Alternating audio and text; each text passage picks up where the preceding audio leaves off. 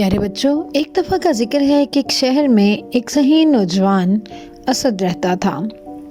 اسد کے والد اس کے لیے بہت ساری دولت چھوڑ گئے تھے، لیکن اسد اپنی طبیعت کا بہت سخی تھا۔ وہ اپنے دوستوں پہ اپنی رقم لٹاتا رہتا۔ وہ اپنے ملنے والوں کو ہمیشہ خوش رکھنے کی کوشش کرتا تھا۔ کوئی بھی دوست اس سے ملنے کے لیے آتا تو اس کے لیے کھانے کے ڈھیر لگوا دیتا، اس لیے اس کے ملنے والوں کا ہمیشہ تانتا بندہ رہتا تھا۔ وہ طرح طرح کے کھانے بنواتا، بڑی بڑی دعوتیں کرتا اور اپنے دوستوں کو جاتے ہوئے ایک بہت قیمتی تحائف بھی دیتا تھا۔ یہ تو اس کی روٹین بن گئی تھی کہ مہنگے مہنگے تحائف وہ اپنے دوستوں کو بلا وجہ ہی دے دیتا تھا۔ کسی بھی موقع کا انتظار کیے بغیر کسی خاص موقع کے وہ اپنے دوستوں کے گھروں میں بھی قیمتی قیمتی تحائف بھجواتا۔ اس کا مقصد صرف دوسروں کو خوش کرنا تھا۔ وہ سمجھتا تھا کہ زندگی یہی ہے کہ سب کو خوش رکھا جائے، سب آپ کی تعریف کریں۔ اور اسی طرح سے جب بھی کوئی دوست اس کے پاس کسی بھی قسم کا ادھار لینے کے لیے آتا تو اس کے سامنے روپوں کا ڈھیر لگا دیتا اور اس سے کہتا کہ اس رقم کی واپسی کی فکر مت کرنا، تم صرف اپنی ضرورت پوری کرو۔ اور اس طرح سے اس کے دوست اس سے بہت خوش تھے۔ لیکن ایک بندہ ایسا تھا جو اس کی روٹین سے خوش نہ تھا، اور وہ تھا اس کا ملازم فضل بخش۔ فضل بخش اسے ہمیشہ ٹوکتا، اس سے کہتا کہ میری مجال تو نہیں کہ میں آپ کو روکوں، لیکن میں اتنا مشورہ ضرور دوں گا کہ یہ سب لوگ بہت مطلبی ہیں، آپ ان سے ہوشیار رہیے، ان کو اتنے قیمتی تحائف بلا وجہ مت دیں۔ اگر وہ آپ سے اتنی رقم کا تقاضا کرتے ہیں تو آپ ان کو اس طرح سے روپے ان کے اوپر نہ لٹائیں۔ اسد سمجھتا کہ وہ تھوڑی بدتمیزی کرتا ہے اور وہ اس کو ڈانٹ دیتا اور کہتا کہ بس تم اپنے کام سے کام رکھو۔ اسی طرح سے اس کا ایک دوست حاشر اس کے پاس روپے مانگنے کے لیے آیا تو اس نے اس کے سامنے روپوں کا ڈھیر لگا دیا اور کہنے لگا کہ دوست تم اپنی مشکل پوری کرو، کوئی مسئلہ نہیں۔ وہ تو بہت خوشی اتنے سارے روپے لے کے گھر کو چلا گیا۔ 2 ہی دن گزرے تھے کہ اس کا ایک اور دوست کامران آ گیا۔ کامران نے بھی اسے کہا کہ میں مشکل میں ہوں اور مجھے روپوں کی ضرورت ہے، تو اس نے بلا چوں چرا کیے اس کے سامنے بھی روپوں کا ڈھیر لگا دیا۔ اور اس طرح سے اس نے صرف ان 2 ہی نہیں بلکہ کئی دوستوں کی مدد کی۔ اور پھر کیا ہوا؟ کنویں میں سے بھی مسلسل پانی نکالتے رہے تو کنواں بھی خالی ہو جاتا ہے۔ وہ تو پھر ایک رقم تھی جو اس کے پاس موجود تھی، وہ بھی ختم ہوتے بالکل ختم ہو گئی، اور اب وہ پریشان تھا کہ اس کے پاس کچھ بھی نہ بچا تھا۔ وہ جانتا تھا کہ اس کا بینک بیلنس ختم ہو چکا اور اب اس کے پاس کوئی رقم نہیں، یہاں تک کہ وہ لوگوں سے قرض لے کے بھی اپنے دوستوں کی مدد کرتا رہا تھا، اور وہ اب قرض کا تقاضا کرنے آ چکے تھے۔ اب وہ اپنا سر پکڑ کے بیٹھ گیا، لیکن وہ پھر بھی امید رکھتا تھا کہ اس کے دوست اس کی مدد ضرور کریں گے۔ وہ جانتا تھا کہ میں ایک بار پکاروں گا تو وہ سب میری مدد کو دوڑے آئیں گے۔ لیکن اس کے ملازم فضل بخش نے اس کی خوش فہمی دور کر دی۔ اس نے کہا کہ آپ کے کہے بغیر میں آپ کے دوستوں کے پاس گیا تھا، لیکن کسی ایک نے بھی آپ کی مدد کی حامی نہیں بھری۔ اسد کو یقین نہ آیا۔ اس نے کہا کہ نہیں، تمہیں کوئی غلط فہمی ہوئی ہے، یا تم نے ٹھیک سے انہیں بتایا ہی نہیں ہوگا۔ اس نے کہا کہ میں نے انہیں بتایا ہے کہ آپ پہ مشکل وقت ہے اور آپ کو مدد چاہیے، لیکن کوئی بھی مدد کے لیے تیار نہیں۔ اس نے کہا تم ہٹو، میں اپنے دوسرے ملازم کو خاص طور پہ ان کے پاس بھیجوں گا اور اسپیشل ریکویسٹ کروں گا۔ تو سب سے پہلے اس نے اپنے خاص ملازم وقار کو اپنے دوست حاشر کے پاس بھیجا۔ جب وہ حاشر کے پاس گیا تو اس کے ہاتھ میں ایک باکس تھا۔ حاشر یہ دیکھ کے بہت خوش ہوا۔ اس کو لگا کہ اسد نے اس کے لیے آج پھر کوئی بہت قیمتی تحفہ بھیجا ہے۔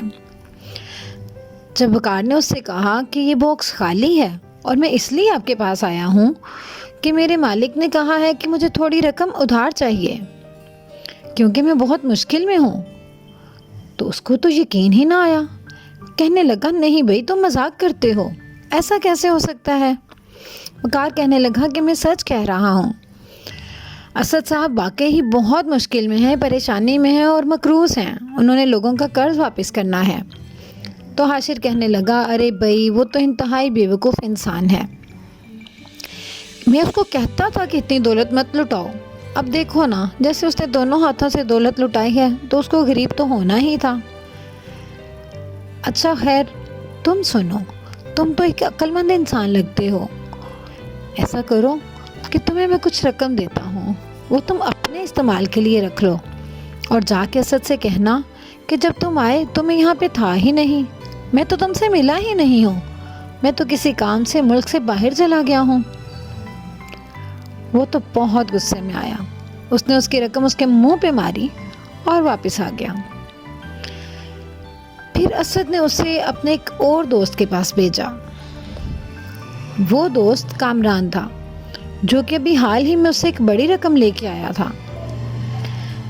جب وقار اس کے پاس آیا تو اس سے کہنے لگا کہ اسد صاحب اس طرح سے بہت مشکل اور پریشانی میں ہیں، انہیں آپ کی مدد کی ضرورت ہے۔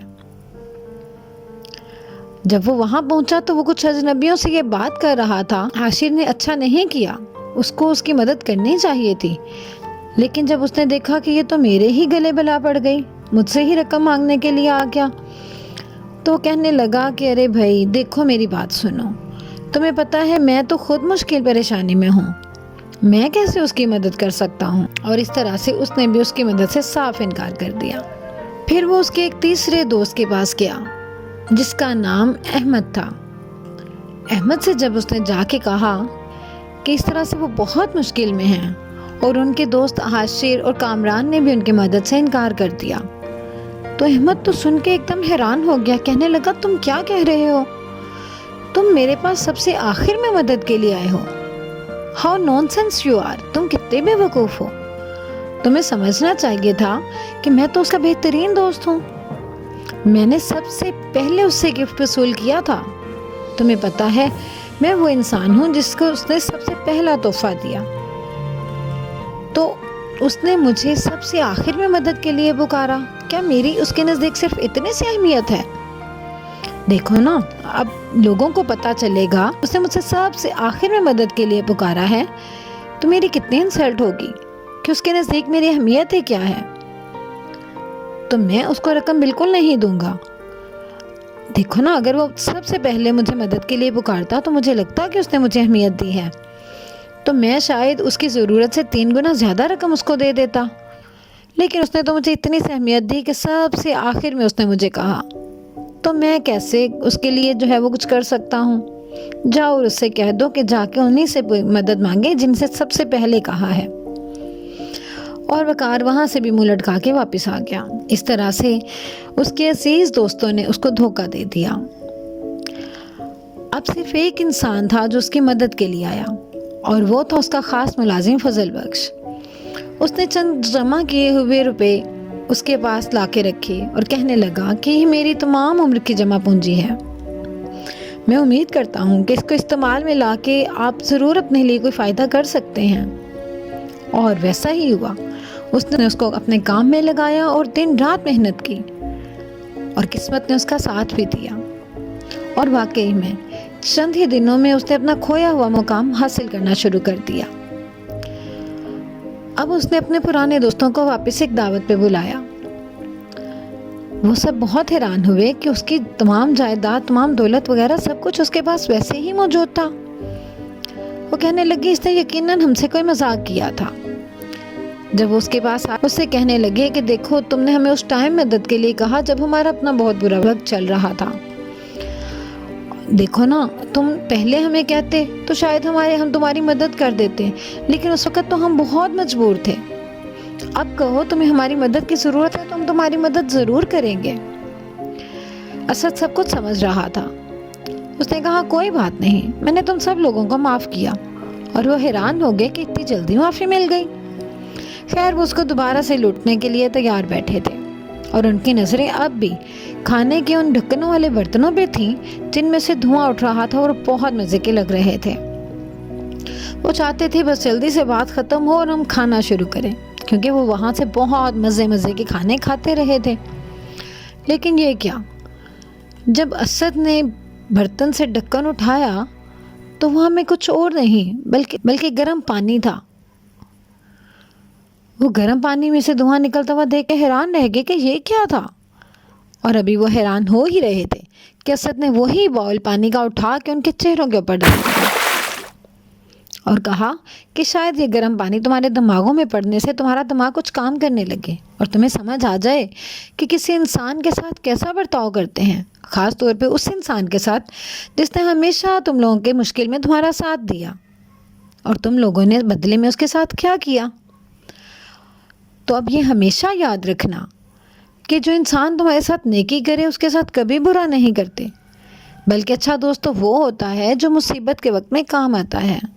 ایسے مطلبی دوستوں سے بہتر ہے میں کبھی کوئی دوست نہ بناؤں۔ تم سب سے بہتر میرا ملازم ہے جو شاید تم جیسے 1000 دوستوں سے بہتر ہے۔ اور اس طرح سے بچوں، اس نے اپنے مطلبی دوستوں کو ہمیشہ کے لیے گڈ بائی کہہ دیا۔ ہمیں بھی یہ یاد رکھنا چاہیے کہ دوستی میں مطلب نہیں ہونا چاہیے، بلکہ دوستی ہمیشہ مخلصی کے ساتھ کی جاتی ہے۔